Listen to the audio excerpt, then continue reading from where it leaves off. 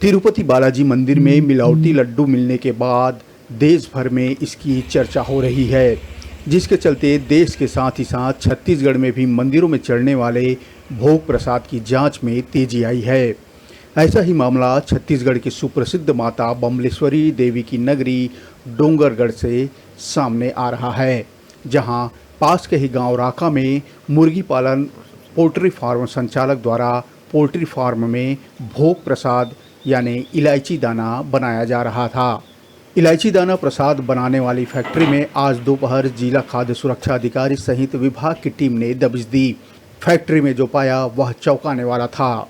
संचालित फैक्ट्री का कोई पंजीयन नहीं है, साथ ही पैकेजिंग में भी बड़ी गड़बड़ी देखने को मिल रही है, जिसमें मानक तिथि बैच नंबर तक अंकित नहीं है। हालांकि खाद्य विभाग की टीम ने प्रसाद का सैंपल जांच के लिए रख लिया है। आस्था के केंद्र माता बमलेश्वरी देवी, माता भवानी जैसे मंदिरों में ऐसे जगहों से बने प्रसाद की बात सामने आने पर लोगों में गुस्सा देखा जा रहा है।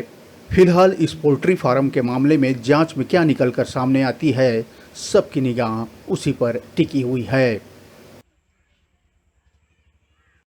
आज यहाँ ये इवेंट ट्रेडर्स में आज और जांच की जा रही है, क्या मामला?